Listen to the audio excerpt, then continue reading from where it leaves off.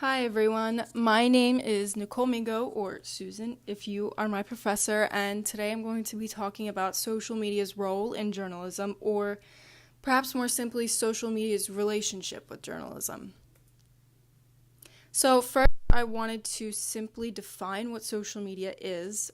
Google defines it as websites and applications that enable users to create and share content or to participate in social networking. In journalism, the important part is the sharing. It allows people to share their own content with us, which could make for good stories. In turn, our publication gains viewership and becomes a vital part of the community. However, as we will discuss later on, is there a downside to the 24-hour connectivity? So, what is it like being a journalist on social media? I'm sure all of us as young journalists kind of know what it's like already. Social media in 2018 has given regular citizens a direct path to us as journalists. It allows for a back and forth flow of communication that could be argued as a better way for us to stay connected to sources, stories, and the community itself. These days, it's imperative of us to be active on social media, especially Facebook and Twitter with live video capabilities, as a means of getting views and clicks on stories. According to the Pew Research Center, 67% of Americans got their news off social media websites, with 1 in 4 getting news from multiple social media sites, which is incredibly important. So how do we take advantage of social media as journalists, especially young ones? According to a Cision Global Social Journalism study, there was a 12% increase from 2012 to 2017 in the amount of journalists using social media to share content. Each site allows for a different form of storytelling. For example, Instagram allows for more visual, long-form sharing. Twitter usually calls for shorter yet entertaining pitches so readers go back to the site to read the full story. And Facebook allows for live coverage at any time, especially with their live video features. In the same 2017 study, 75% of journalists describe social media as being imperative to their work and it being shared. The Cision study recommends interacting with readers and followers daily. This connection keeps followers engaged and looking out for your content specifically. So what are some of the pros and cons of social media and its relationship with journalism? So some of the pros, as we all know, immediate sharing. As soon as a story is published, anyone with internet access is capable of finding it, sharing it, and commenting on it. Traditional news outlets are becoming, quote, digital first and expanding their coverage online, reaching more eyes. If any of us have already started freelancing within the community, we all kind of know this.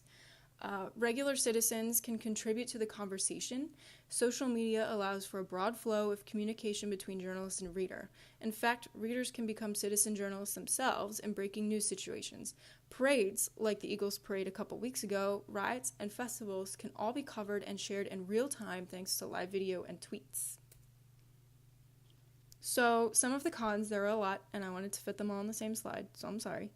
The race to be first. Publications are always trying to break stories first and fast. In this quest to be the first ones to get the scoop, fact-checking can sometimes be sacrificed. Readers can become confused when corrections are issued on articles they've already read. Is it better to hold a story longer for the truth, or should we always be striving to be first? Next, political polarization. With the ability to follow specific journalists and publications, consumers are able to block out opposing opinions from other news sources. This polarization reinforces confirmation bias in some who aren't exposed to a broad swath of news. Citizen journalism, lastly. Citizen journalism can sometimes be dangerous. Those filming accident scenes or riots do not have the ethical training most journalists do, and that could put reporters in a bind when looking for live footage or photos. So, some real-world examples of journalism and social media working together. I really only use one example, so I'm sorry. Social media serves as a connective tool for those during times of unrest or revolution in countries like Ukraine, Iran, and Russia. Social media accounts become a valuable tool for organizing, but also for storytelling. One relevant example would be the recent shooting in Parkland, Florida. The Snapchat videos and photos from inside the high school allowed students to partake in citizen journalism, thus driving the coverage of the event. The journalists on the outside were able to contact students through social media, follow and utilize their photos and video, and turn out stories in a timely manner. The storytelling aspect of the shooting is notable as well, especially for the students. Social media has now given them a direct channel to the world, and everyone is listening, including reporters who can easily send out a tweet and have access to those voices.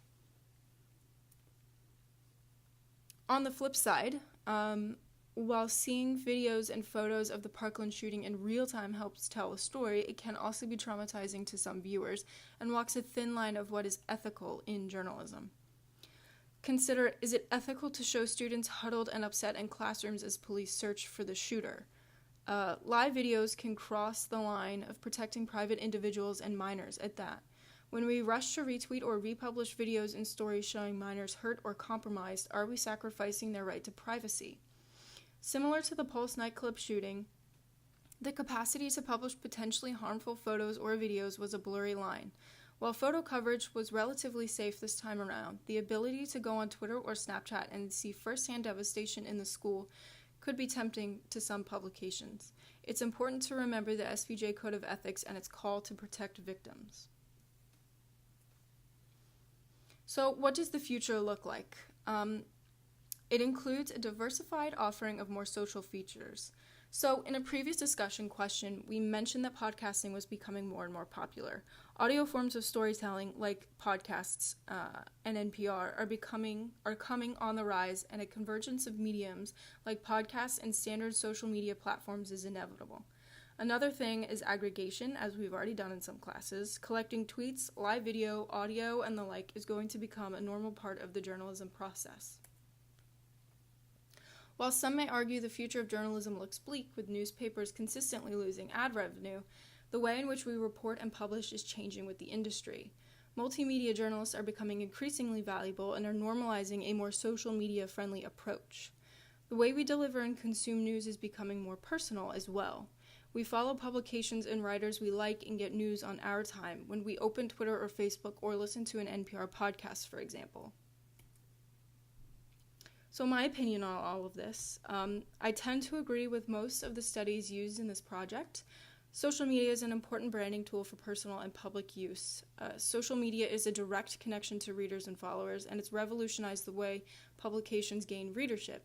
It's sort of like in the old times, the newspapers were so important in the community, and now social media is sort of making those important connections to the community again. However, as previously mentioned, it can be hard for followers to get broad exposure to news when only following who they want or agree with. I believe that we should follow not only who we agree with, but even people we don't agree with, so we can see what's going on the other side. Social media can reinforce confirmation bias. Social media can also expose writers to online harassment. The hashtag Gamergate scandal comes to mind when talking about specific kinds of online abuse journalists endure, especially female or minority journalists. And these are my sources, so have a great day, everyone.